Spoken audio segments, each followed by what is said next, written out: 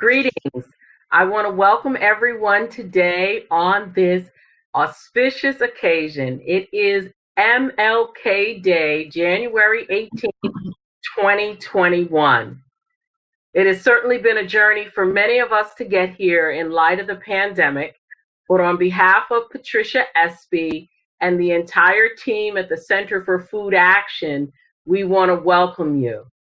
Today, it is my honor and pleasure to welcome our event chair and special guest, Mrs. Theodora Smiley Lacey. Mrs. Lacey is an icon and civil rights leader here in Bergen County. And she was so gracious when we called to ask if she would sign on as our chair for our virtual MLK Day of Service. Now, many of you remember that we have gotten together for the last 2 years for the Snack Pack event, where we pack snacks for children who are experiencing weekend hunger. Well, as a result of the pandemic, Center for Food Action has stepped up our efforts because now kids are virtual, hybrid, a myriad of things. So we felt it important to do a pivot and a shift to make sure that everyone is safe and to still host MLK Day of Service in partnership with CNCS, better known as AmeriCorps, and our sponsors. So, enough of the introduction. I want to introduce you to a very special woman, Mrs. Theodora Lacey. Greetings, Mrs. Lacey. Good morning, Nicole. Thank you so much for inviting me to be with you. And congratulations on the important work that you and the CAF staff are doing. So proud of you. Thank you. So, I want to take a little walk through your life experiences because there's a lot to learn and a lot to share with people.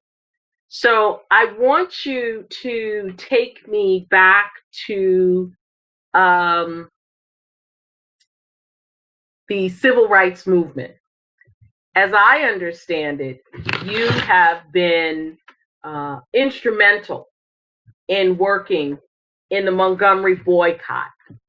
And the Montgomery bus boycott took place December 1st, 1955. And our history books teach us that Rosa Parks decided that she was not going to give up her seat on the bus because she had worked all day and was tired. And she was not going to give up her seat. And as a result of her not giving up her seat, a movement went into the next gear. So I want you to talk about that time that you spent working on the bus boycott, working with Dr. King. Please. Thank you, Nicole.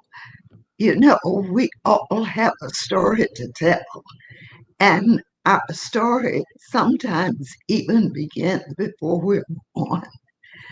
Perhaps my story began with a Middle Passage, certainly with the enslavement of my great-grandmother in Bedford, Virginia, who was sold to a plantation in Alabama when she was a very small child, taken away from her family. Fortunately, I guess for me, my family was created in Alabama, Montgomery, Alabama, where I was born. Montgomery, as you know, is the capital of the state, a very busy city and beautiful city in many ways. If you travel through the state of Alabama, and especially Montgomery, I think you would be quite impressed. The Capitol building looks like the building in Washington, D.C. However, there was what I call a dark side of Montgomery, and that side was supported with the laws of segregation. You made reference to Rosa Parks sitting on the bus at that fateful day of December 1st, 1955. Not only were the buses segregated in Montgomery, but everything, schools, movies, museums, the Capitol building. And so there were laws, unjust laws, that created injustice among people of African American descent. Most people had to ride the bus. That's why the Montgomery bus boycott was so significant. Unlike today, where many people own two and three cars, very few families own cars. Remembering that things were segregated, African Americans had little opportunity to do meaningful work. Most of the people, African Americans, did domestic work and they depended upon the buses. And so the bus was an essential part of transportation in Montgomery. You could get to the downtown shopping area without having to get the bus to school, to work, or wherever. So it was most important. What Mrs. Parks, I believe, would want you to know that yes, she was indeed tired, having worked all day in a store called the Montgomery Fair, very similar to our Macy's big department store. A store, however, where she was not allowed to clerk or drink from the main water fountain or sit at a restaurant to eat lunch. But she could be the seamstress in a back room in the store. And she did that for many years. So she would take the bus from the predominantly African American neighborhood, ride downtown every day and every afternoon doing the work, back and forth to her job. It was on the occasion that she refused to get up out of her seat that the boycott really was initiated. Please know that the buses were segregated and there was a special section where African Americans could sit. She was sitting in that section, but there was need for more seats for whites, and you could not sit next to someone who was white. When she was asked to get up, she refused to do so. Yes, she was tired, but she wants you to know that her soul was tired, even more tired than her feet. She was tired of the abuse and that we had to endure day in and day out on us. I will never forget that day. And of course, the day that the boycott started, to see that people refused to ride the bus.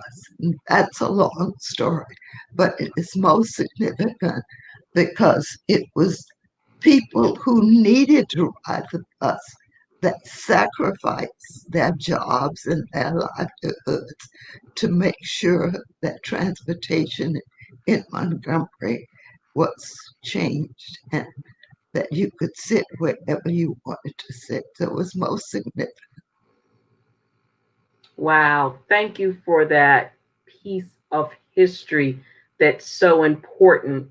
We know that oral history stands tall in the African American community as does written history.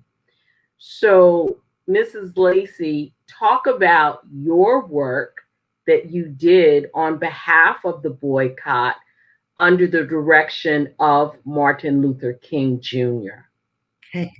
Well, first of all, I got to know Martin Luther King because he was minister of the Dexter Avenue Baptist Church, where my father was president of the Board of Trustees, and in many ways was responsible for bringing Dr. King to Montgomery.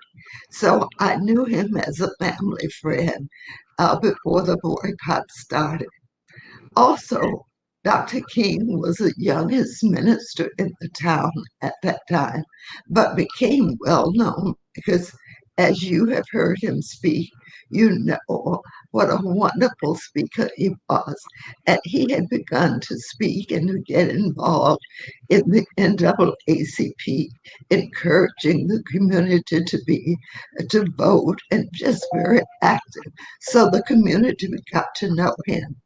He was chosen the night after Mrs. Parks was arrested to be the leader of the boycott. I think mainly because he was so charismatic, so young, and so brilliant, and unafraid.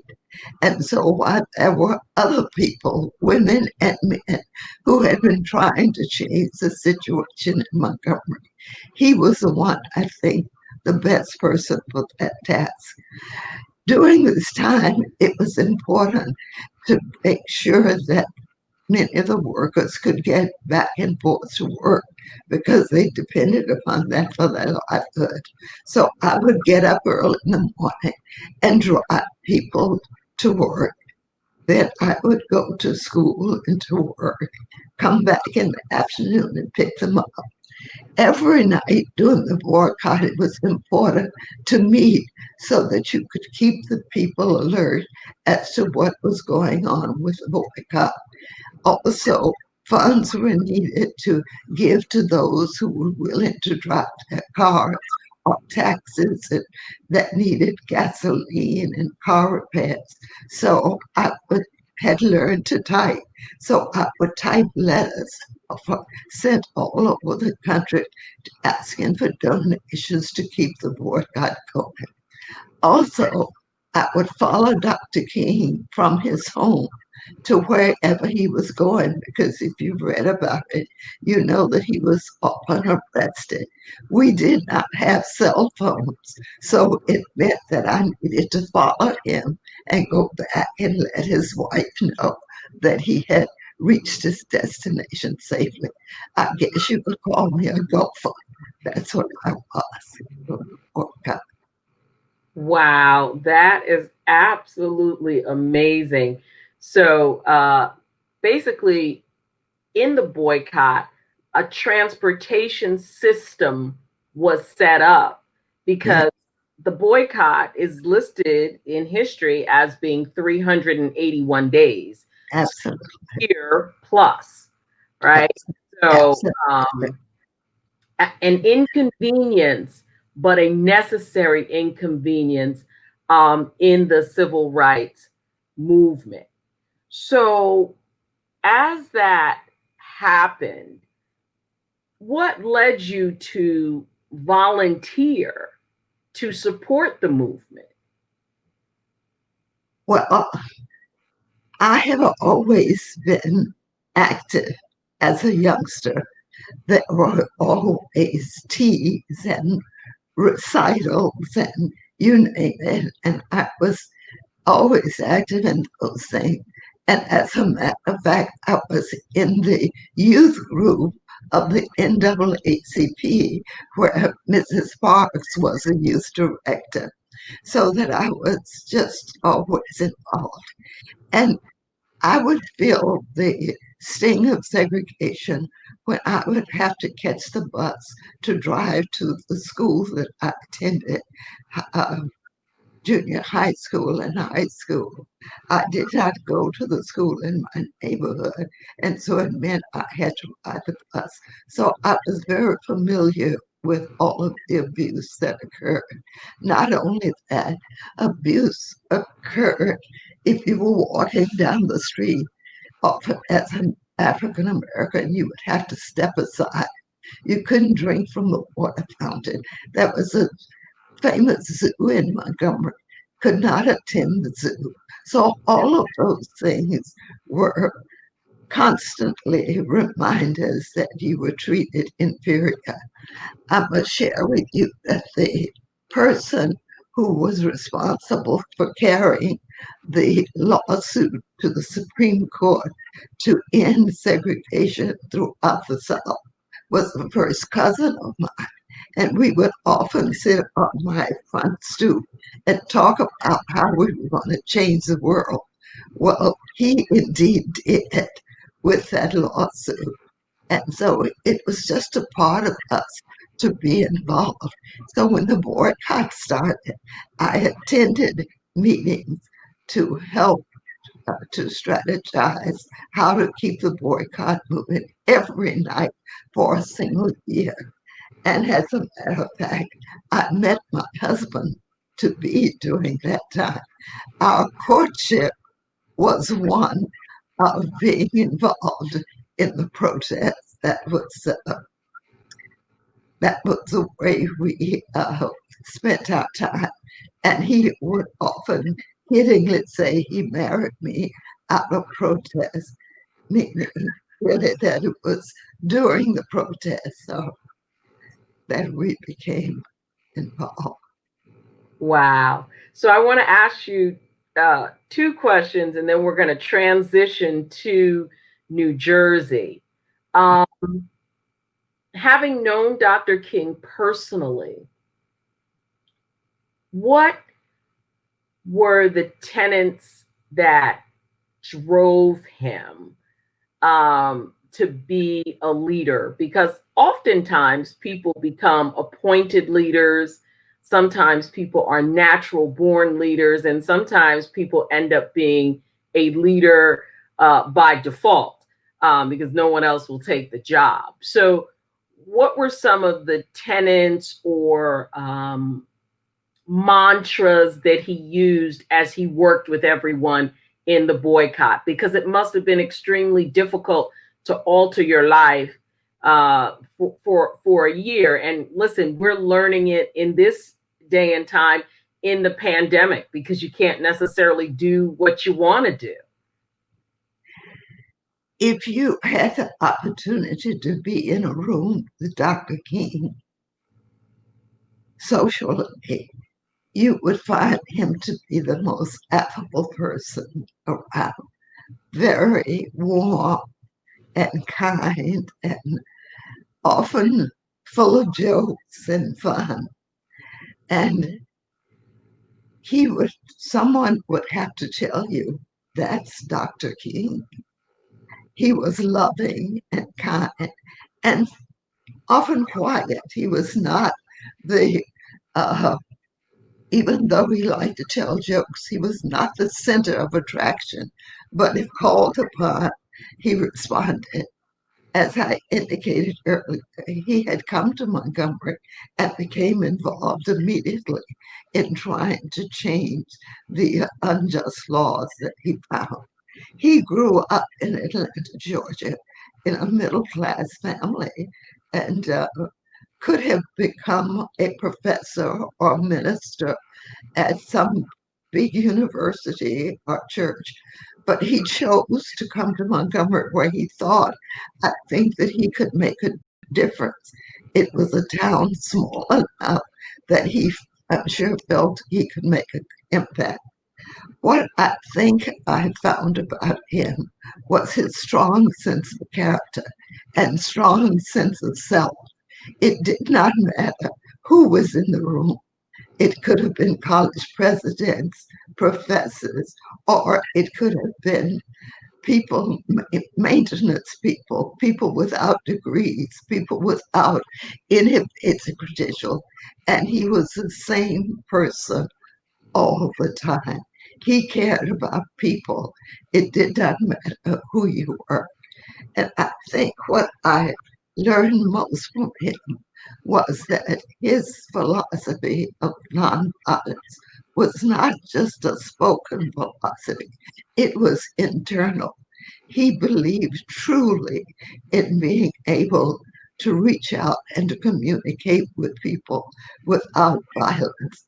I recall the night that we were in a meeting planning how to keep the boycott running when he learned that his house had been bombed. When we heard of that, we hastened to get up to go to see what had happened to his wife and his young daughter, London. He cautioned us to sit down and he said, no matter what has happened tonight, the boycott will continue and will continue nonviolently. That has stuck with me forever because I really learn the true meaning of nonviolence, if he could remain calm and peaceful during a time when he did not know the status of his wife and his child, and still keep his eyes on the bigger goal. It was just overwhelming. And I've kept that with me all my life. Wow. What character and integrity and phenomenal life lessons from being around Dr. Martin Luther King. I want to fast forward a little bit to talk about uh, moving to New Jersey. And when you arrived in New Jersey, I think you came to New Jersey in 1961. You can correct me if I'm wrong. When you arrived in New Jersey, were you shocked that there was still a level of segregation in Teaneck? Because everybody touts the North as this place of great freedom. So, talk a little bit about what happened when you and Archie and your family, uh, Right. Mr. Lacey, That's right. got to New Jersey. Interesting. My husband had been offered a position at Hunter College in New York City, and I was reluctant for us to come to New York City, though I had visited New York many times.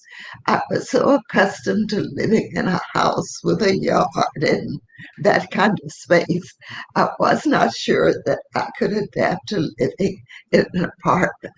And so we did accept the position because aside from a great opportunity for him as a professor, it also was an opportunity for us to have our children grow up in an area that did not limit them, that allowed them to play in the parks and drink from water fountains, etc. And so we moved. However, I did not quite adapt to apartment living because, and so we came to visit our close friend here in Teaneck, and I fell in love with the quaint town of Teaneck. And then we did our research and learned about their excellent schools. And so, as educators, we were so impressed, we decided to move. Soon after we moved into our home, neighbors on both sides of us would not accept us. On the left side of us, the neighbors would walk across the street and would not acknowledge our presence at all, did not want to walk in front of our house. The neighbors to the right of us, the husband in the house was an elderly man, and he would sit in his yard with his shotgun when our small children would ride the wagons and tricycles, and he would sit in his yard, I assume threatening them for riding their tricycles and bikes in front of his home. There were signs everywhere saying, "Have you looked elsewhere?" We did not realize when we moved that we were being directed to a particular section in Teaneck. We liked the house that we saw, and we thought it was be a nice neighborhood. We were soon to learn that this was the area where blacks were shown and given the opportunity to buy. As a result of that, the Northeast became predominantly African American. And shortly after that, most of my white neighbors moved. We hadn't been active all our lives in community activities. We became involved in fair housing. And so my husband and I would spend our Saturdays and Sundays as testers throughout Bergen County. And we would go to test for apartments and buying homes. And our white counterpart would come, would often come after us and be given the opportunity to purchase or rent apartments at homes that we had been denied. And so that was the beginning of our involvement. Because the area, as I indicated, was African American, we noticed that our neighborhood school was becoming increasingly African American, and we were not concerned about uh, the school becoming predominantly African American in terms of being able to learn the academics, because both of us had grown up in segregated uh, educational institutions and we had learned to read and write.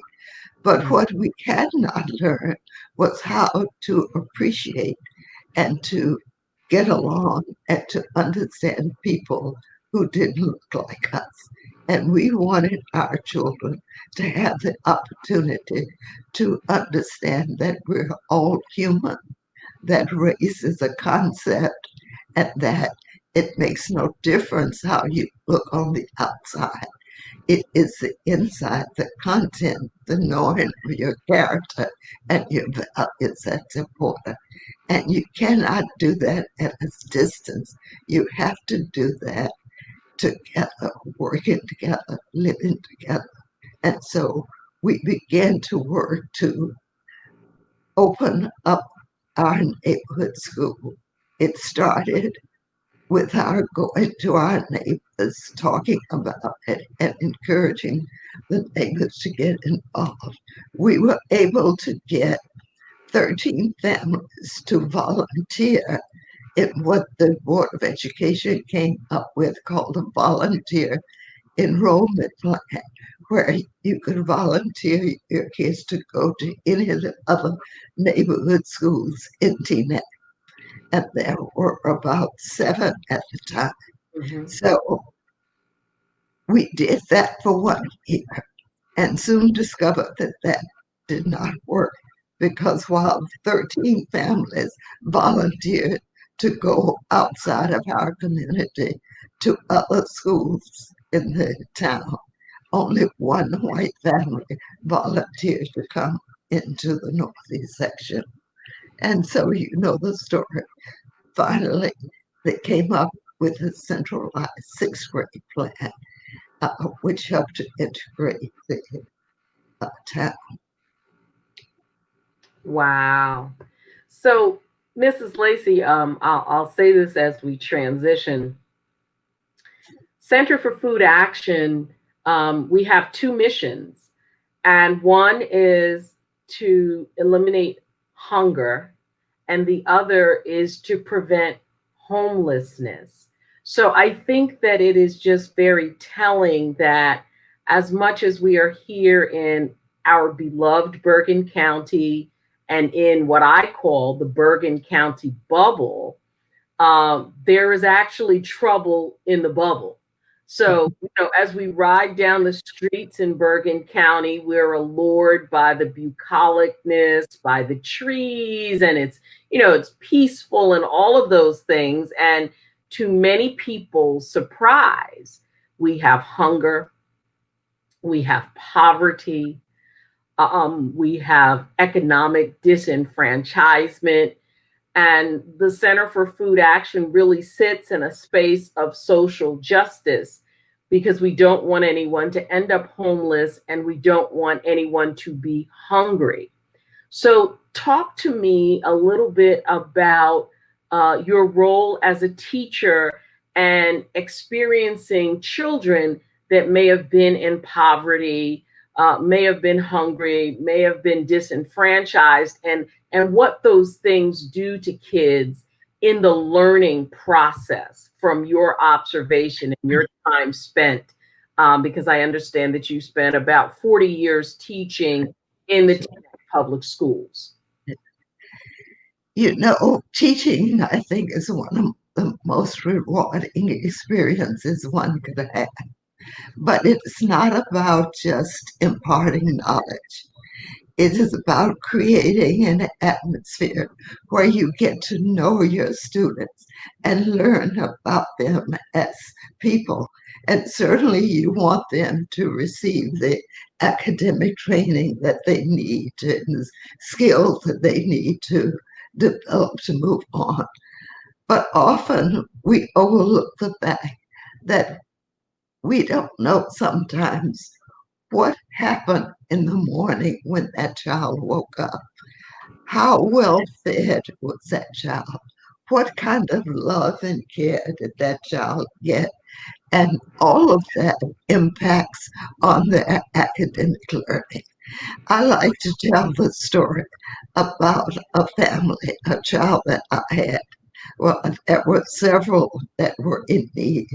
And of course, during that time, it was like hush hush. You didn't want to talk about or to expose that there were children who were hungry, not here in Bergen County.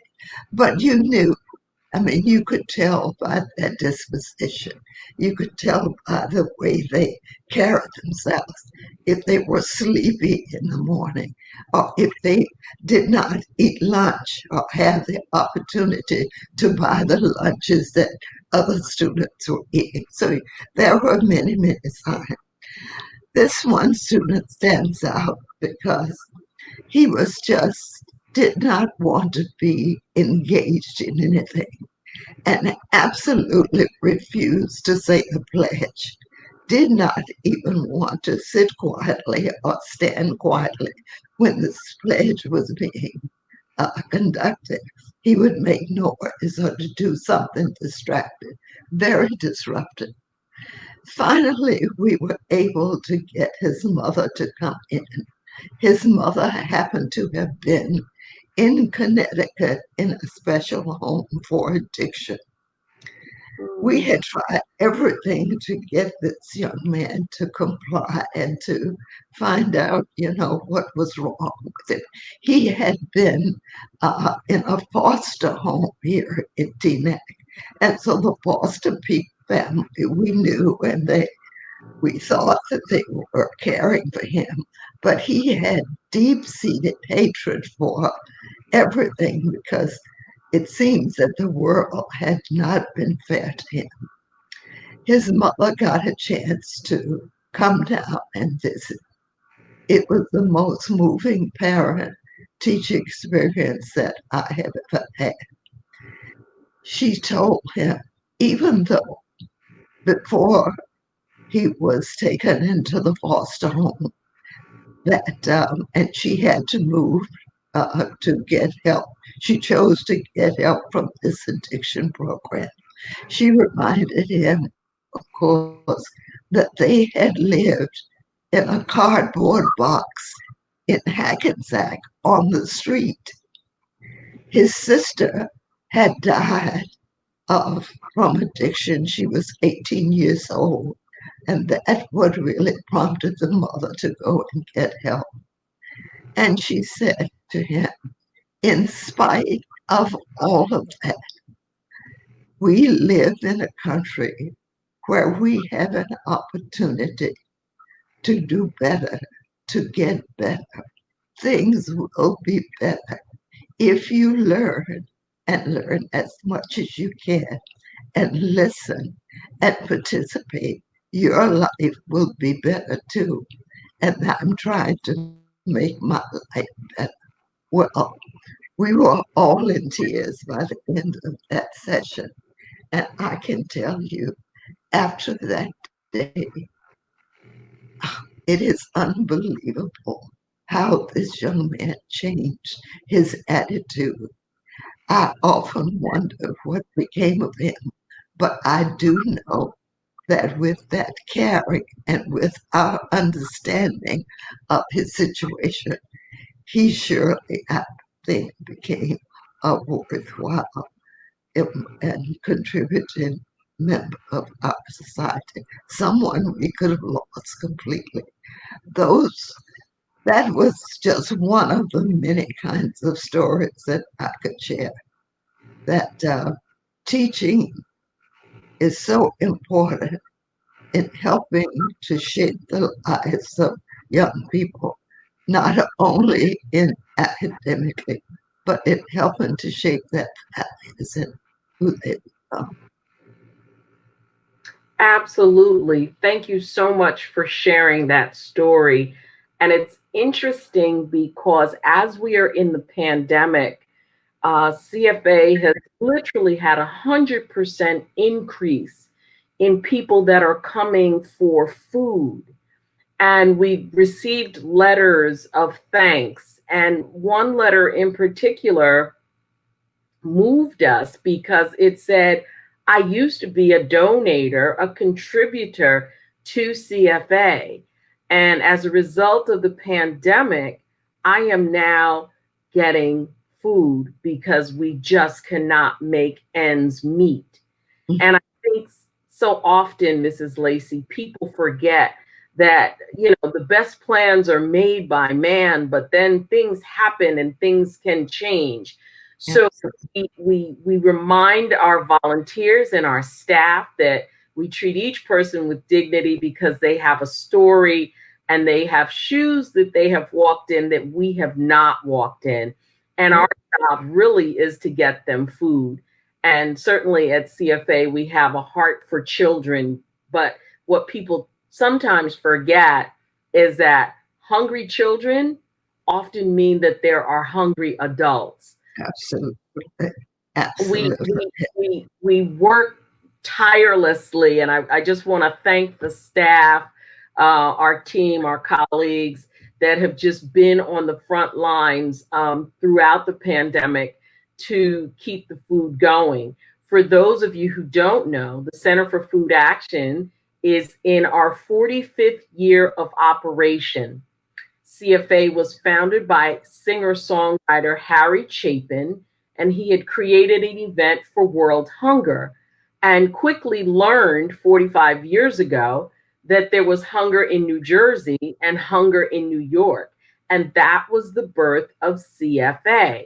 Now, we would hope that CFA would be out of business because we want equity and fairness for all. But as we have progressed in this society, we still have people who fall into the category of not having sufficient resources to support their families. We have seniors that have worked all of their lives, retired, and it's not enough. We have veterans. We have people who experience a sickness in the household and the income shifts. We have people who are struggling and living underneath the poverty line. Um, so it is a great mix of people from all races, all Absolutely. ethnicities who come to CFA for help. So our MLK Day of Service is important because one of the quotes that we quote from MLK is life's most persistent and urgent question is what are you Right. doing for others, right? Right. So I think that you have just touched on some wonderful spaces with regard to Dr. King and your own civil rights quest. I just want to talk a little bit about the Theodora Lacey Smiley School that was recently opened. And I just want you to give us a little insight into that, and then we'll close with talking about volunteerism because you exemplify excellence as a volunteer. So please tell us about the school. Thank you so much. I was completely surprised and overwhelmed with the opportunity of having a school named in the honor of the work that I've been engaged in here in Bergen County. Uh, it just represents that we can come together and we can appreciate one another and make a difference. And I am so pleased that the new school that houses about 180 new young lives will be an opportunity for teenagers to show how much they care and how important early education is. Learning when we teach our young people and share their values as the author of everything that you need to know you learn in kindergarten is so true. When we begin at that level, teaching them to respect and to appreciate and to have values and to know that while they may have privileges, there are others that are without, and to learn to share and to give and to respect. I am just so honored, and I hope you have the opportunity to visit this state of the art building.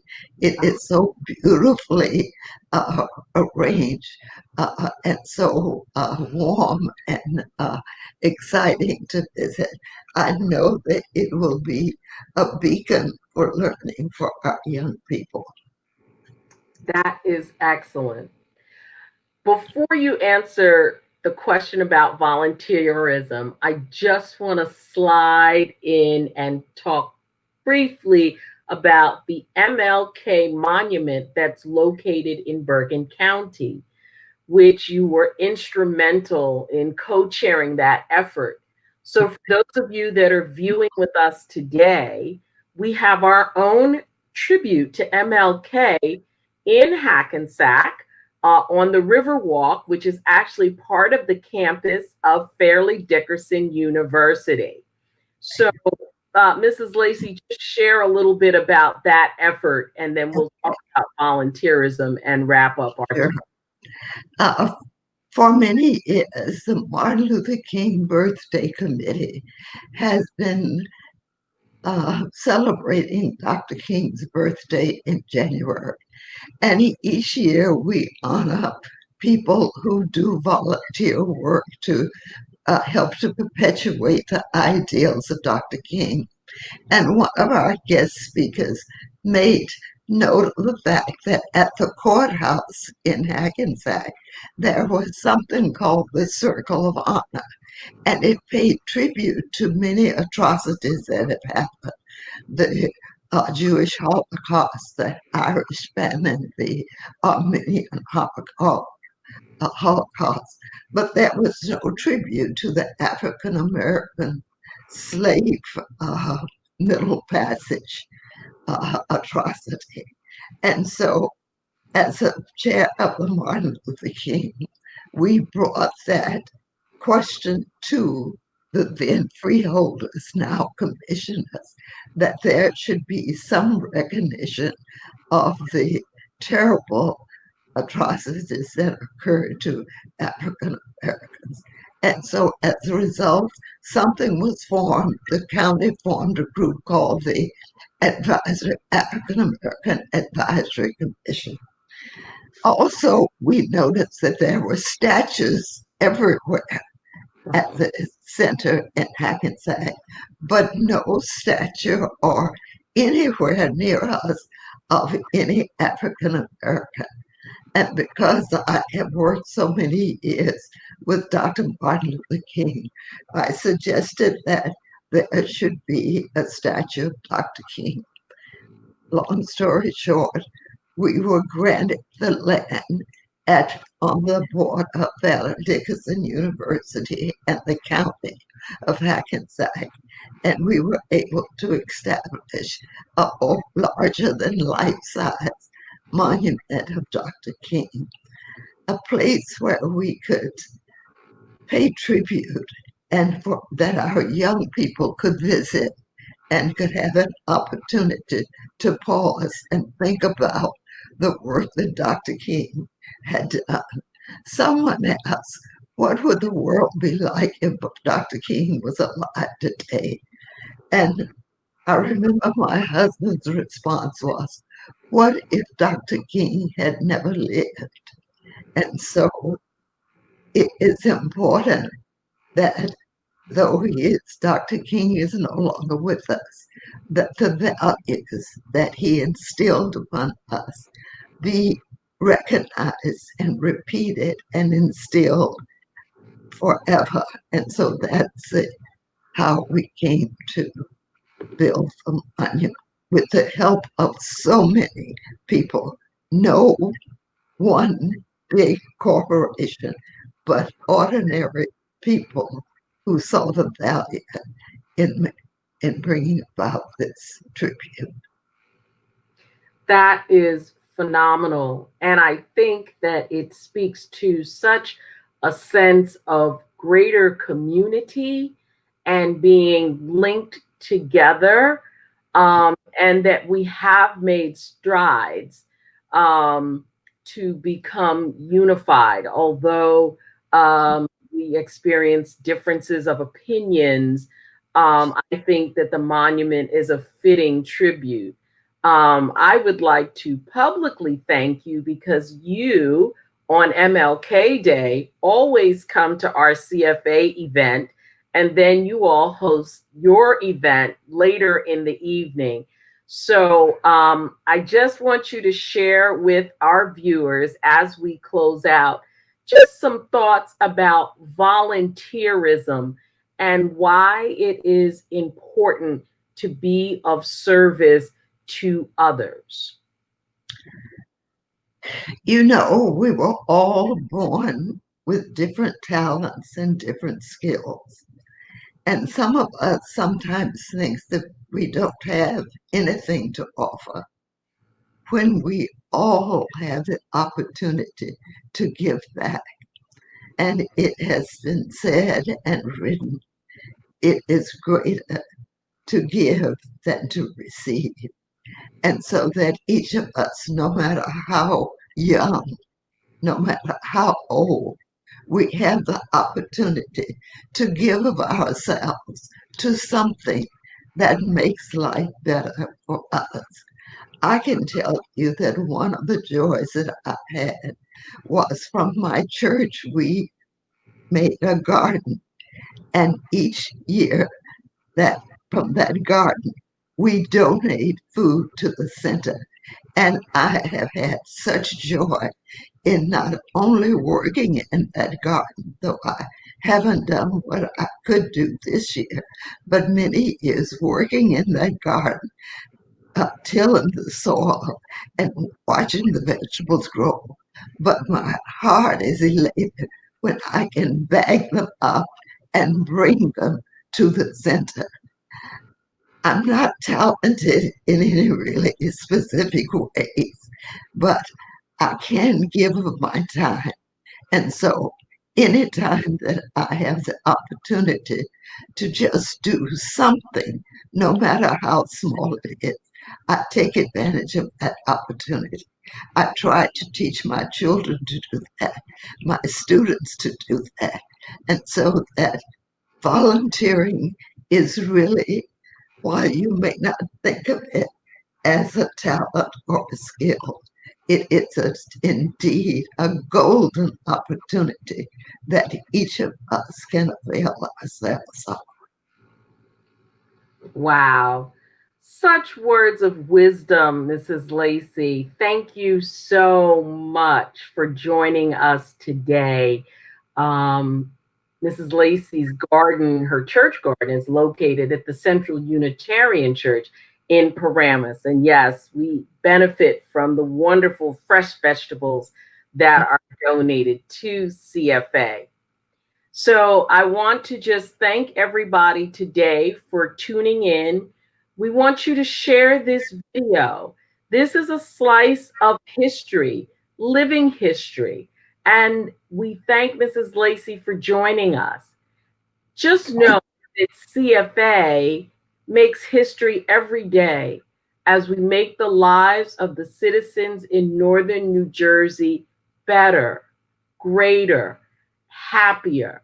So, if you want to learn more about CFA, you certainly can log on to our website at www.cfanj.org.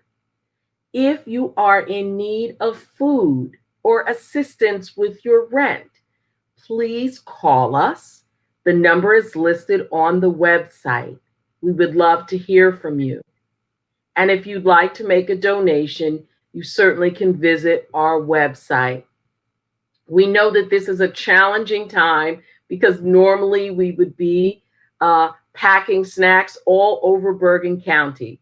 Today, we are packing snacks virtually. We have some Girl Scouts that are on Zoom that are putting snacks together. And we have two local elementary schools that will have a pop up store where pre designated students and their parents will be able to receive emergency food. So we've shifted in the pandemic, but we're still servicing the people that we love and care about here in Bergen County. So thank you for tuning in today. Mrs. Lacey, thank you for agreeing to being our event chair, and we look forward to working with you in the future. And as Mrs. Thank Lacey, you. you are Thank welcome. you. It was my honor. As Mrs. Lacey said, you too can volunteer. So visit us at cfanj.org to learn about more volunteer opportunities. Thank you so much for making today a day on and not a day off.